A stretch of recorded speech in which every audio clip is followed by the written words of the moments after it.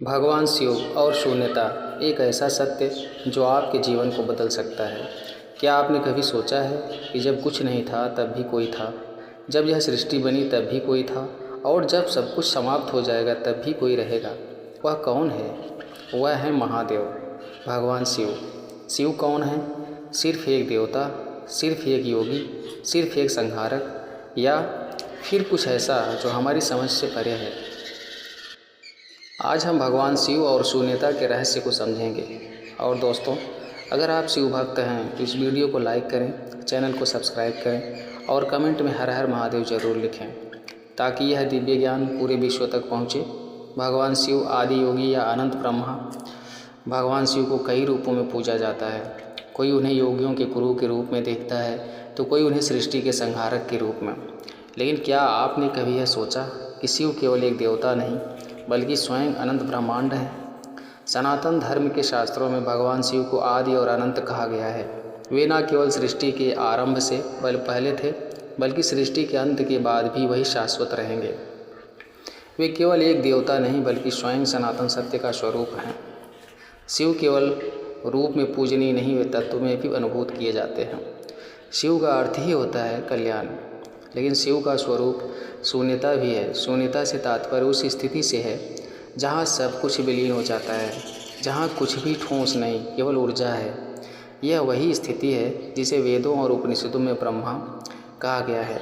यही कारण है कि शिव को महाकाल भी कहा जाता है, जो समय से परे हैं, जो काल के भी स्वामी हैं। शून्यता का वेदों और शास्त्रों में उल्लेख ऋग्वेद में एक प्रसिद्ध श्लोक है, नासदसि नो सदासी तदा नीम नासी तजो नो योमा परो। अर्थात सृष्टि के आरंभ में ना तो सत था, ना असत, ना आकाश था, ना दिशाएं, केवल एक अनिर्वचनीय सत्ता थी जो अव्यक्त रूप में विद्यमान थी। यह वही अवस्था है जिसे हम शिव का शून्य स्वरूप कहते हैं। शिव सूत्रों में भी कहा गया है, चित्तम आत्मम निशून्यम, अर्थात जब चित्त पूर्णतः शून्य हो जाता है तब आत्मा का साक्षात्कार होता है। यही शिव का मार्ग है। पूर्ण शून्यता, जहाँ कोई विकार नहीं, कोई भेद नहीं। यह ब्रह्मांड केवल पदार्थ से नहीं बना बल्कि एक ऐसी ऊर्जा से बना है जो हर जगह व्याप्त है। यही ऊर्जा शिव है। यह वह शक्ति है जो हर जीव के भीतर भी है और बाहर भी, लेकिन इसे अनुभव करना पड़ता है। इसे केवल ज्ञान से नहीं समझा जा सकता। क्या आप जानते हैं शिव का मूल स्वरूप क्या है? उनका असली स्वरूप शून्यता है। जब आप सोच रहे होंगे कि शून्यता का मतलब क्या होता है, क्या शून्य का मतलब कुछ भी नहीं? शून्यता का अर्थ है कुछ भी नहीं, और सब कुछ एक साथ। ब्रह्मांड की शुरुआत भी शून्यता से हुई और इसका अंत भी शून्यता में होगा। यही कारण है कि भगवान शिव को महाशून्य कहा जाता है। वे कुछ नहीं हैं और वे ही सब कुछ हैं। वे साकार भी हैं और निराकार भी। आधुनिक विज्ञान भी यही कहता है। आज वैज्ञानिक मानते हैं कि इस पूरे ब्रह्मांड में 99% जगह खाली है, शून्य है, और जो बचा हुआ पदार्थ है वह भी ऊर्जा में परिवर्तित हो सकता है। क्या यह वही नहीं है जो हमारे ऋषि मुनियों ने हजारों साल पहले समझ लिया था? यही कारण है कि भगवान शिव को एक महायोगी कहा जाता है, क्योंकि वह केवल संसार से नहीं बल्कि स्वयं की चेतना से जुड़े हैं। शिवलिंग का रहस्य क्या है? यह केवल एक पत्थर है। हम सभी शिवलिंग की पूजा करते हैं। कई लोग शिवलिंग को केवल एक पत्थर की मूर्ति समझते हैं, लेकिन शास्त्रों में इसे ब्रह्मांड का प्रतीक बताया गया है। लिंग का अर्थ होता है चिन्ह या संकेत। यह भगवान शिव का प्रतीक है जो साकार होते हुए भी निराकार है। शिव महापुराण में कहा गया है, लिंगम यथा सर्वभूतानां नाशय कल्पते स्मृत, अर्थात शिवलिंग संपूर्ण सृष्टि का प्रतिनिधित्व करता है, जो अंततः उसी शून्यता में विलीन हो जाती है जिससे यह उत्पन्न हुई थी। वैज्ञानिक दृष्टि से भी देखें तो ब्रह्मांड एक अंडाकार संरचना में ही फैला हुआ है, ठीक वैसे ही जैसे शिवलिंग का आकार। यह कोई संयोग नहीं बल्कि यह इस सत्य का प्रमाण है कि शिवलिंग ऊर्जा और अनंत शून्यता का प्रतीक है। पुराणों में कहा गया है कि शिवलिंग वह अनंत ज्योति स्वरूप है जिससे संपूर्ण सृष्टि उत्पन्न हुई। यह सृष्टि का केंद्र है जो सृजन, पालन और संहार तीनों का प्रतीक है। शिव का तांडव, विनाश या पुनर्जन्म। जब भी हम शिव का तांडव सुनते हैं तो हमें लगता है कि यह केवल विनाश का प्रतीक है, लेकिन क्या यह सच है? भगवान शिव का तांडव नृत्य केवल नृत्य नहीं बल्कि सृष्टि के निर्माण, पालन और संहार का प्रतीक है। नटराज की प्रतिमा में शिव के चारों ओर एक अग्नि वलय दिखता है जो यह दर्शाता है कि संपूर्ण ब्रह्मांड ऊर्जा से निर्मित है और यह चक्र निरंतर चलता रहता है। शिव महापुराण में लिखा है, यदा यदा धर्मस्य ग्लानि भारवति भारत अभ्युत्थानं धर्मस्य तदात्मानं सृजाम्यहम्।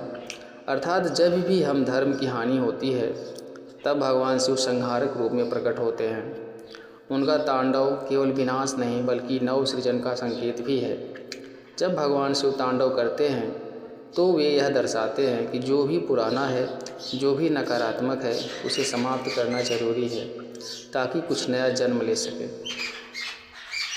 भगवान शिव की उपासना केवल जल चढ़ाने या मंत्र जपने तक सीमित नहीं बल्कि शिव की भक्ति का असली अर्थ है स्वयं को शिव की शून्यता से जोड़ना। शिव सूत्रों में कहा गया है, ध्यानम निर्वित। जब मन विषयों से मुक्त होकर शून्य में स्थित हो जाता है तब सच्चे ध्यान की अनुभूति होती है। यही शिव की आराधना है। भगवान शिव को श्मशानवासी भी कहा जाता है। क्या आपने कभी सोचा है कि वे श्मशान में क्यों रहते हैं? श्मशान वह स्थान है जहाँ जीवन की असलियत दिखाई देती है। वहाँ राजा और रंग समान हो जाते हैं। वहाँ केवल राख बचती है जो यह दर्शाती है कि जीवन नश्वर है, लेकिन जो इस सत्य को स्वीकार कर लेता है वही वास्तविक शांति और मोक्ष को प्राप्त करता है। शिव महापुराण में कहा गया है, मृत्यु भयहरम सर्वम शिवमेकं परम स्मृति। अर्थात जो शिव का स्मरण करता है उसके लिए मृत्यु भी भय का कारण नहीं रह जाती। कैसे जुड़ें शिव की शून्यता से? अगर आप सच में शिव की अनुभूति करना चाहते हैं तो शास्त्रों में बताए गए ध्यान और मौन के मार्ग को अपनाएं। प्रतिदिन 10 से 15 मिनट ध्यान करें। शास्त्रों में कहा गया है कि शिव का ध्यान ही शिव की उपासना है। ध्यान करना कोई अभ्यास नहीं बल्कि एक अवस्था है। ध्यान का अर्थ यह नहीं कि आपको ज़बरदस्ती अपने विचारों को रोकना है या जबरन किसी चीज़ पर ध्यान केंद्रित करना है। ध्यान का अर्थ है अपने वास्तविक स्वरूप में लौटना, बिना किसी बाधा के, बिना किसी प्रयास के। जब आप ध्यान करते हैं तो सबसे पहला नियम यही है कि आप खुद को रोकने की कोशिश ना करें। यदि विचार आ रहे हैं तो उन्हें बहने दें। जब आप बहते हुए पानी को देखते हैं तो क्या आप उसे रोकने की कोशिश करते हैं? नहीं, आप बस उसे देखते हैं। वह अपनी गति से चलता रहता है। ठीक वैसे ही जब आप ध्यान में बैठें तो अपने विचारों को भी आते जाते देखें, लेकिन उनमें खोएं नहीं। वे बादलों की तरह हैं, आएंगे और चले जाएंगे, लेकिन आप आकाश हैं जो स्थिर हैं। शिव ध्यान का सबसे बड़ा सूत्र है साक्षी भाव। इसका अर्थ है कि आप जो भी अनुभव कर रहे हैं उसका केवल गवाह बने, उसमें उलझे नहीं। अगर कोई विचार आ रहा है तो उसे पकड़ने की कोशिश ना करें, ना ही उसे रोकने की कोशिश करें। बस देखें और धीरे धीरे वह विचार खुद ही चला जाएगा। जब आप ध्यान में गहराई तक उतरते हैं तो एक क्षण ऐसा आता है जब आपको यह भी नहीं पता चलता कि आप ध्यान कर रहे हैं। यही वास्तविक ध्यान की अवस्था है। जब मैं ध्यान कर रहा हूँ का भाव भी समाप्त हो जाए तभी आप ध्यान के सत्य तक पहुँचते हैं। उस क्षण आप केवल होने की अवस्था में होते हैं। ना कोई विचार, ना कोई पहचान, ना कोई द्वंद्व, केवल शांति। शिव ध्यान में कोई विशेष विधि की आवश्यकता नहीं होती। आपको किसी खास आसन में बैठना जरूरी नहीं, किसी मंत्र का जाप जरूरी नहीं, बस अपने भीतर उतरना है। एक सरल तरीका यह है, अपनी सांसों पर ध्यान दें। ना गिने ना बदलें, बस आते जाते महसूस करें। सांस लेना और छोड़ना अपने आप होता है। ठीक वैसे ही ध्यान भी अपने आप घटित होता है। जब आप सांस को देखते हैं तो धीरे धीरे मन शांत होने लगता है और आप शिवत्व से जुड़ने लगते हैं। शिव का ध्यान करने का सबसे सुंदर तरीका यह है कि आप शून्यता को महसूस करें। कुछ नहीं है, कोई रूप नहीं, कोई ध्वनि नहीं, बस एक अनंत मौन। यही शिव है। यही ध्यान की परम अवस्था है। जब यह अनुभव साकार हो जाता है तब जीवन में हर परिस्थिति में शांति बनी रहती है और यही शिव से जुड़ने का सबसे वास्तविक मार्ग है। अगर आपको यह वीडियो अच्छा लगा हो तो इसे अपने दोस्तों और परिवार तक ज़रूर पहुंचाएं।